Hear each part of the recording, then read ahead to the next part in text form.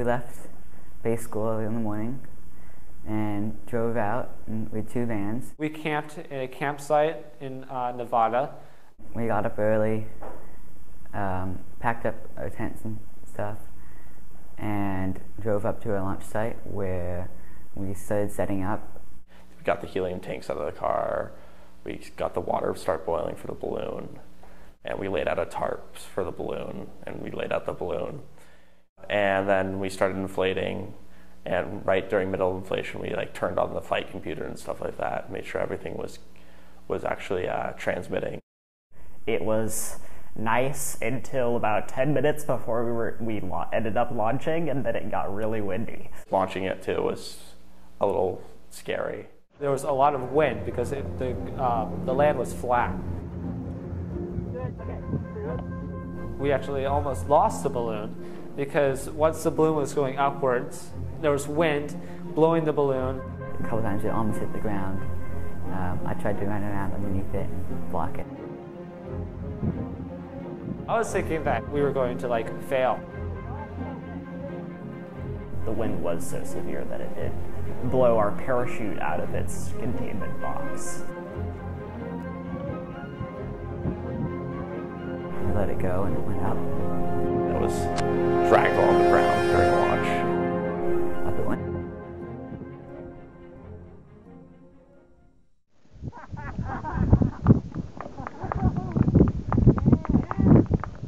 Being able to look up and see something in the sky that I'd put up there is kind of cool.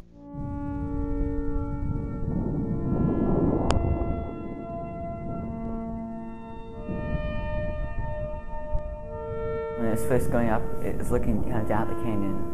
There's like a dam there, and the reservoir for the dam. Well, it was going up a lot slower than the 2 previous missions because it was a slower ascent rate, so it could get higher.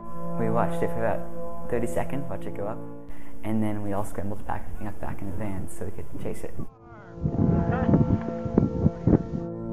We had a flight computer that every minute would transmit data like its position, the temperature, and the pressure.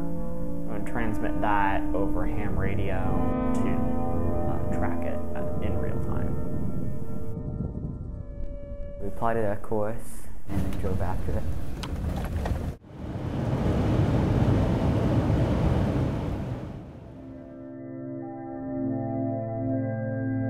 Once the balloon reached a certain height, it would tweet a custom message to our Twitter account.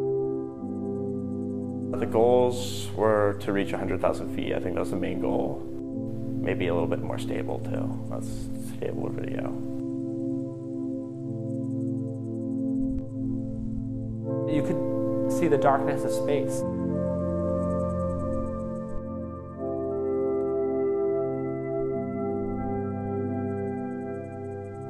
When the altitude started going down, we assumed that it had burst.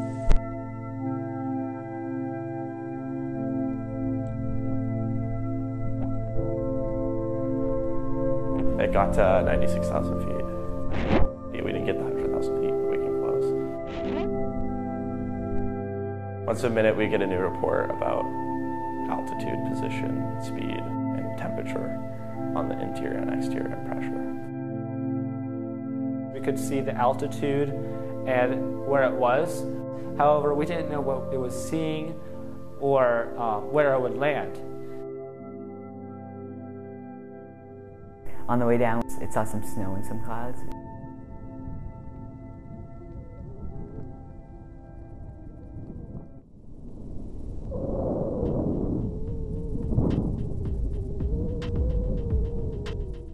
It landed in the middle of a valley.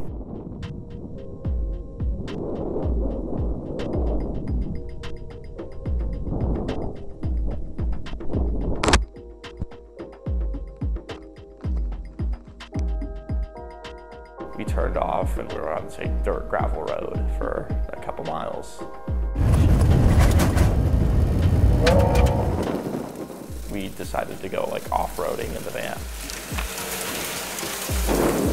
Once we got its last transmission, it was about 4,500 feet above the ground. We kind of knew the general area and where it landed. We didn't know if it went on a side of a hill or if it went onto a flat area. I hope it's right ahead. It's a mile north. It's 1 mile north.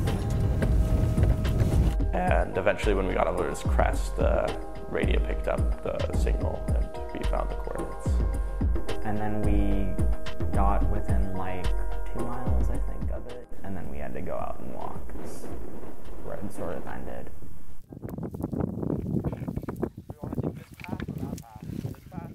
Having to go to the landing spot and for 2 hours looking for the balloon where it landed, that was most excited for me. We found it. It was, whoa, there. I remember someone saying, "Hey, it's over there." And so everyone kind of whipped out the cameras.